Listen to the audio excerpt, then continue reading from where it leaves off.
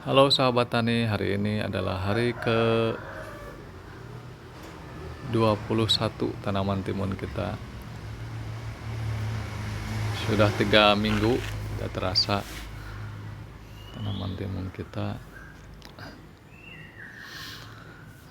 Dan sekarang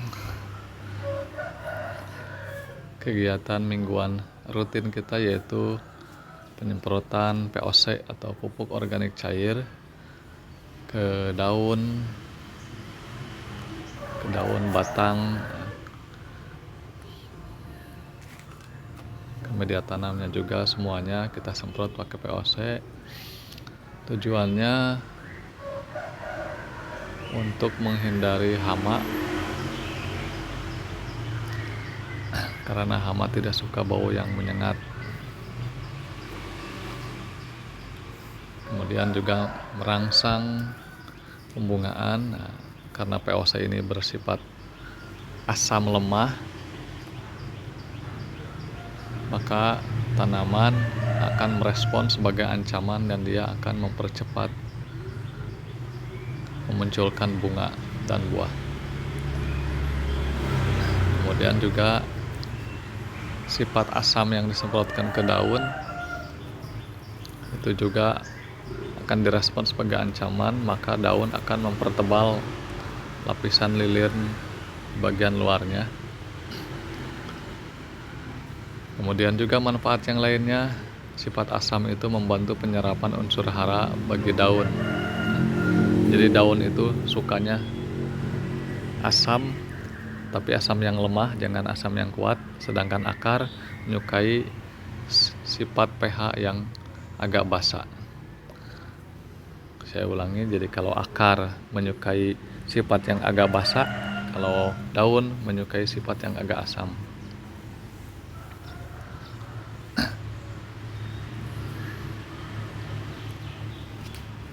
Nah, jadi kita perlihatkan di sini, ini aliran dari air dari sisa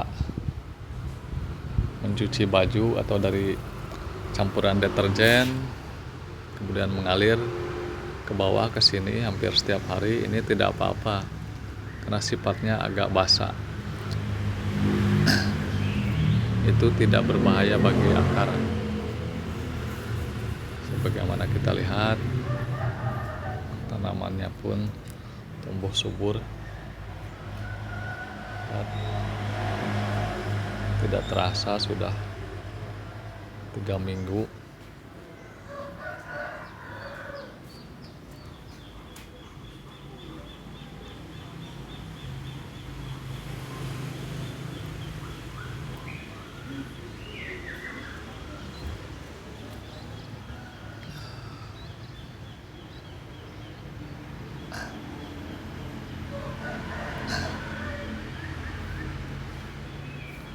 Selur-selurnya mulai naik.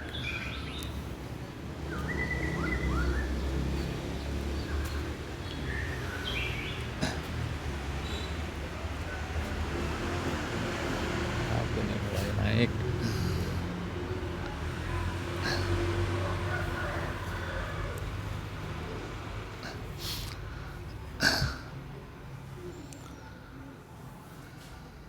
Jika Anda ingin meniru sistem saya ini,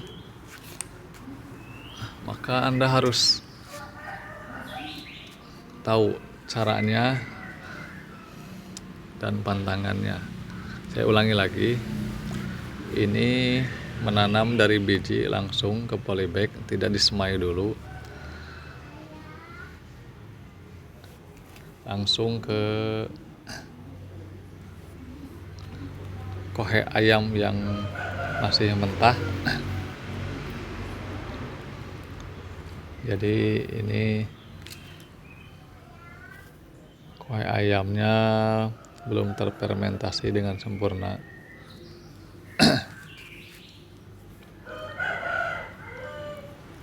Pertama,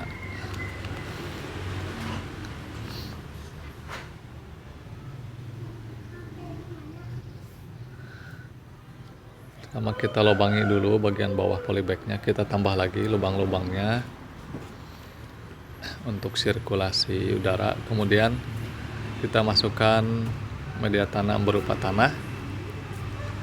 Ingat, di bagian bawah tidak boleh dimasukkan bahan organik yang belum terdekomposisi dengan sempurna. Masukkan saja tanah yang biasa, mau tanahnya gembur ataupun tidak apa-apa. Kemudian tanam benih, simpan 1-2 benih. Kemudian di atasnya ditumpuk dengan kohe. Kalau bisa kohenya yang belum terdekomposisi dengan sempurna, atau kohe yang masih mentah karena masih banyak nutrisinya. Kemudian nanti akan mengeluarkan amoniak yang tidak disukai oleh hewan pemakan benih. Tidak apa-apa, jangan khawatir kalau disimpan di atas, maka kohenya tersebut akan bersentuhan dengan oksigen dan akan diurai oleh mikroba aerob. Tapi kalau disimpan di bawah, di dasar, nanti yang muncul justru mikroba anaerob. Dan efek sampingnya nanti menghasilkan gas metan, amoniak yang berbahaya bagi akar. Tapi kalau di atas, maka gas berbahayanya akan menguap ke udara. Sedangkan tanaman yang di bawah kohai ini akan aman.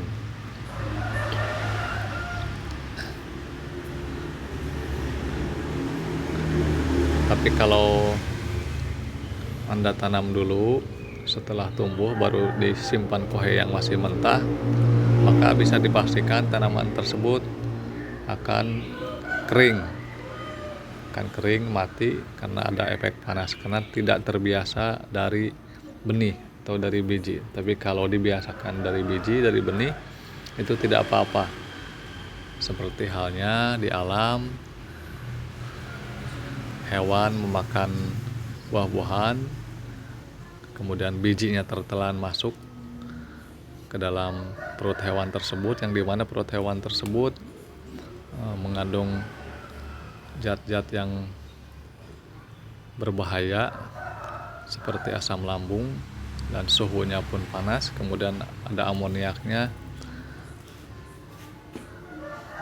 Setelah beberapa hari, kotoran hewan keluar bersama dengan bijinya, dan bijinya berkecambah, kemudian tumbuh menjadi tanaman yang sangat bagus di hutan itu alami seperti itu kejadiannya di hutan, tapi hasilnya lebih bagus. Nah, itu kita tiru di sini. Sebaiknya kita tiru dan kita modifikasi.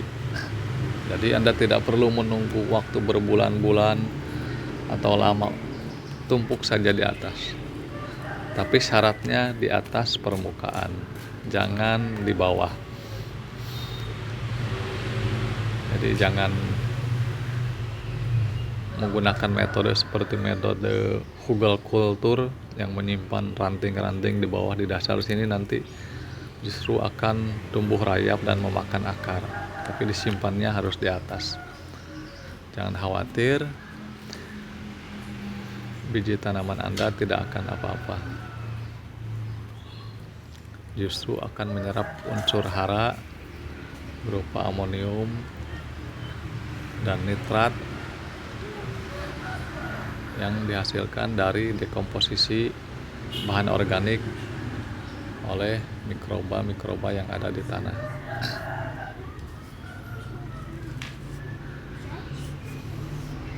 Dan kalaupun Anda ingin menyemprotkan pestisida,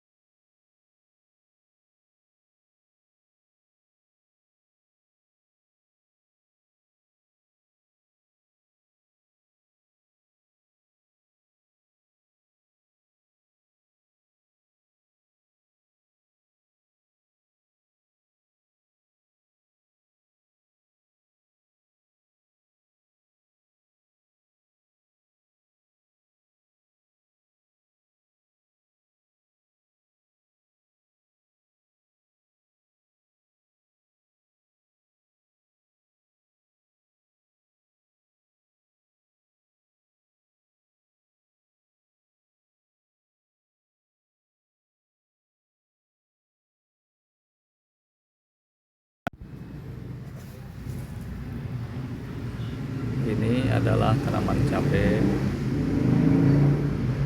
yang saya tanam dengan metode yang sama seperti menanam timun.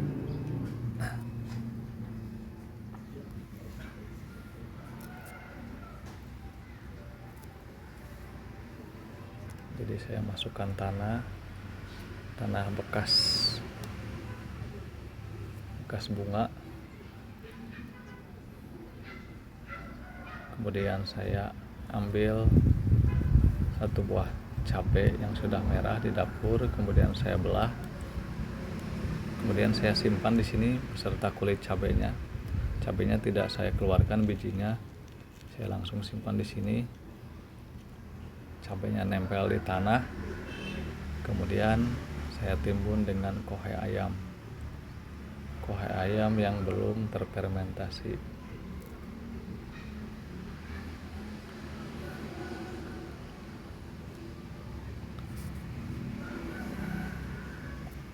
Kalau Anda ingin menggunakan atau meniru metode saya ini, ingat benihnya harus disimpan atau diletakkan di atas tanah.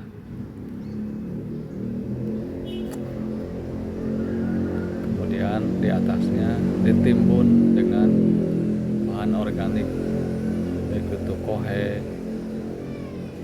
ataupun ranting-ranting pohon yang sudah dipotong kecil-kecil, ataupun serbuk gergaji, ataupun daun-daun baik itu yang masih kering ataupun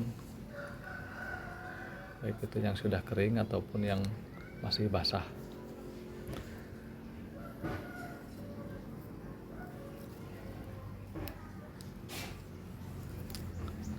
Metode ini saya kembangkan khusus untuk para petani yang ingin